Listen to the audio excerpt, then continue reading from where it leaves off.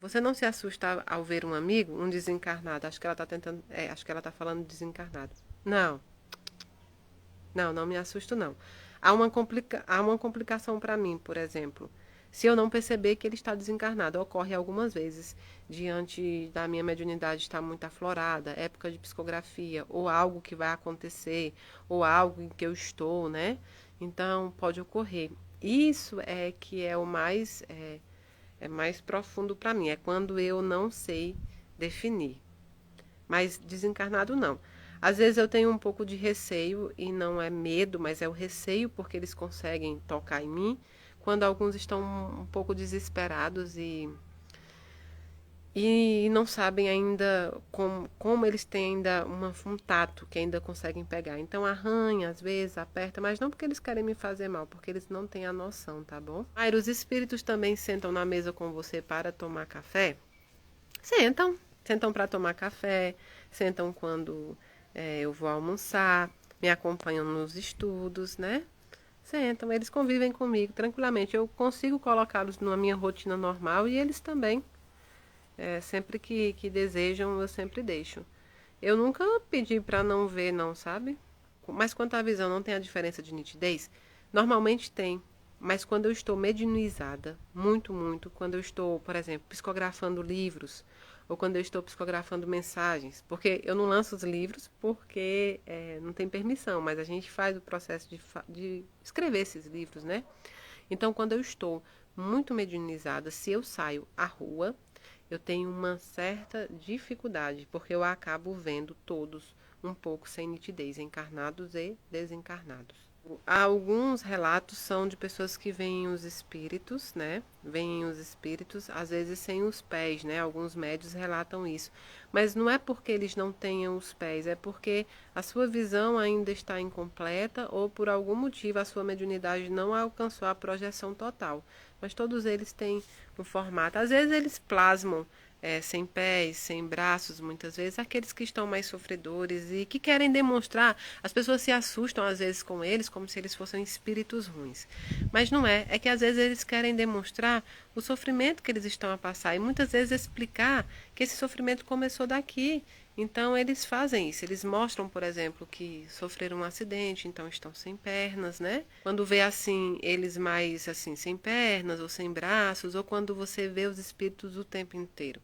Se for ver os espíritos de uma forma um pouquinho mais diferente, sem as pernas, sem os braços, ou de forma um pouco assustadora para quem vê, diz muito mais respeito à forma como você está vendo.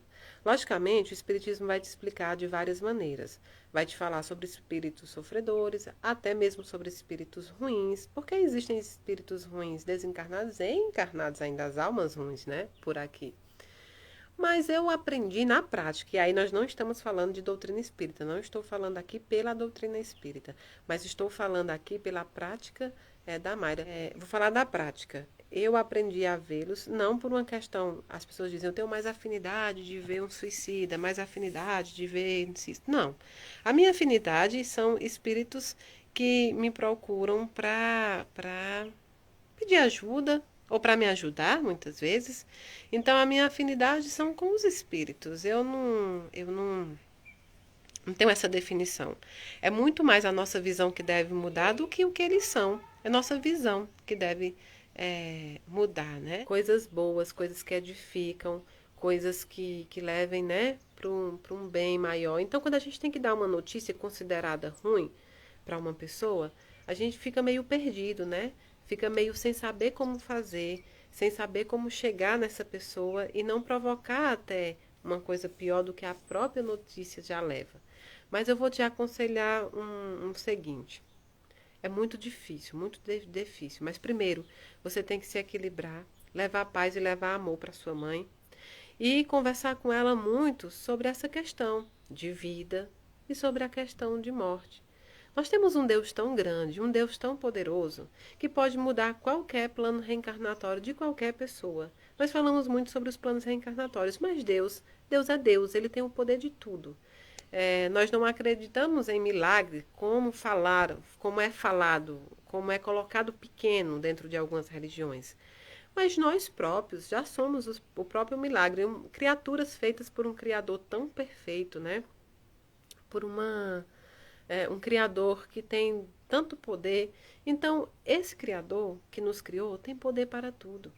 Peça a Deus, reze a Deus, converse com Ele e diga: olha, Deus, faça o que for melhor para você e nos dê força para suportar, se esse não for os nossos planos.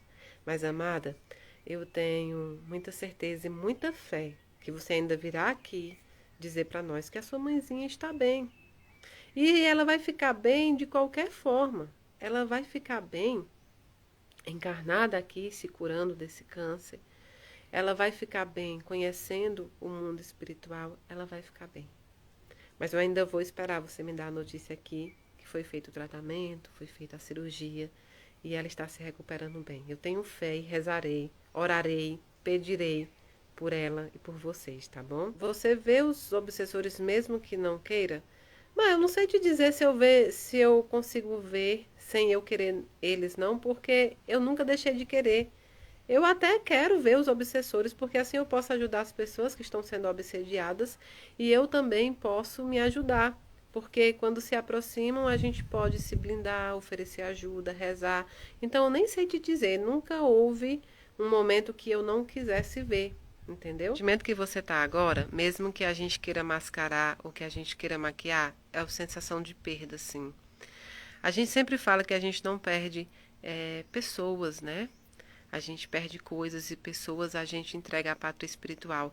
Mas até que a gente consiga entender isso na essência, sentir que não é uma perda, demora um pouquinho.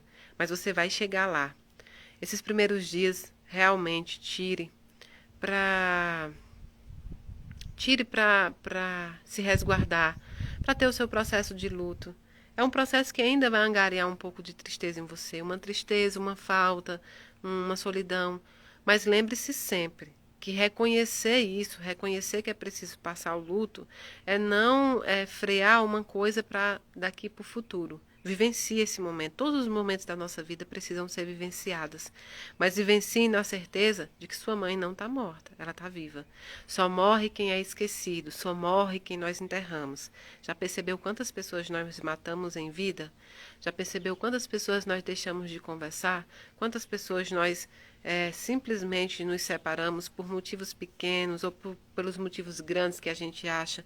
Quantas pessoas a gente deixa para lá e que eram tão importantes nas nossas vidas? Isso é matar, isso é a morte. E é mais a morte para quem mata, porque a pessoa continua a sua vida, né? Mas a sua mãe vive em outro plano, vive acompanhada, foi resgatada. Todos são resgatados, então ela vive. O processo é que você não vê. Mas é por quê? Por que que a gente não vê? Às vezes as pessoas perguntam: Mayra, por que todo mundo não vê espírito? Seria muito bom, né? Seria muito bom mesmo. Mas é porque nós ainda somos tão pequenos que nós não conseguimos olhar com os verdadeiros olhos, que são os olhos espirituais. Se todos nós, né, pudéssemos olhar com os olhos espirituais, eu acho que todos teriam esse contato. Sabe por quê? Porque é aquele ourives que chegou em você e falou: vou te dar um anel. Esse anel você vai usar um tempo, você vai usar um grande tempo. E aí você fica imaginando que é para sempre, né? Que é para sempre. E daqui a pouco esse ourives vem. Pode demorar 40, 50 anos. Ele vai voltar e vai pedir o anel dele de volta. E aí você vai dizer assim: olha, eu não quero devolver o anel é meu, ele é tão lindo, ele me traz coisas tão boas, ele me preenche, é meu anel, não pega meu anel de volta. Mas o ourives já tinha te avisado que esse anel iria ser retomado. Assim é Deus. Nossos filhos, nós, nossos pais, nossos amados são joias, joias que pertencem à coroa do Senhor. Tem um hino de da congregação cristã no Brasil, que ele fala assim: somos joias preciosas da coroa do Senhor, né? Então, no momento que Deus precisa dessas joias de novo para encaixar lá, porque o encaixe é perfeito, o encaixe de Deus é perfeito. Ele volta aqui e diz: moça, me devolve meu anel. E aí a gente já está tão apegado, amando tanto esse anel, que a gente fala: não leva meu anel não, não tira ele de mim não, não faz isso comigo não. E aí Deus fala assim para você: mas ele é meu. A importância dele aqui é muito maior do que nesse momento aí. Mas aí você se agarra ao anel e o ourives vai lá e diz: eu preciso levar o seu anel. Sem esse anel, eu também não preencho a coroa no que eu devo preencher.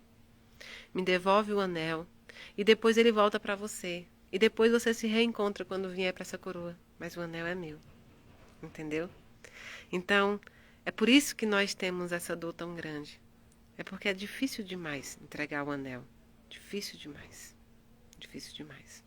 Amo São José, deusa, que homem que foi. Um homem que partilhou, que assumiu uma paternidade de um ser tão espiritualizado e tão difícil de ser pai. Porque ser pai de um espírito perfeito, imagine. Se a gente é nossos filhos, 6, 5 anos, com as limitações, com os problemas dele que tem, né? Espírito em construção. A gente já acha difícil, imagine ser pai do espírito mais puro. Nossa, amo José. Amo José.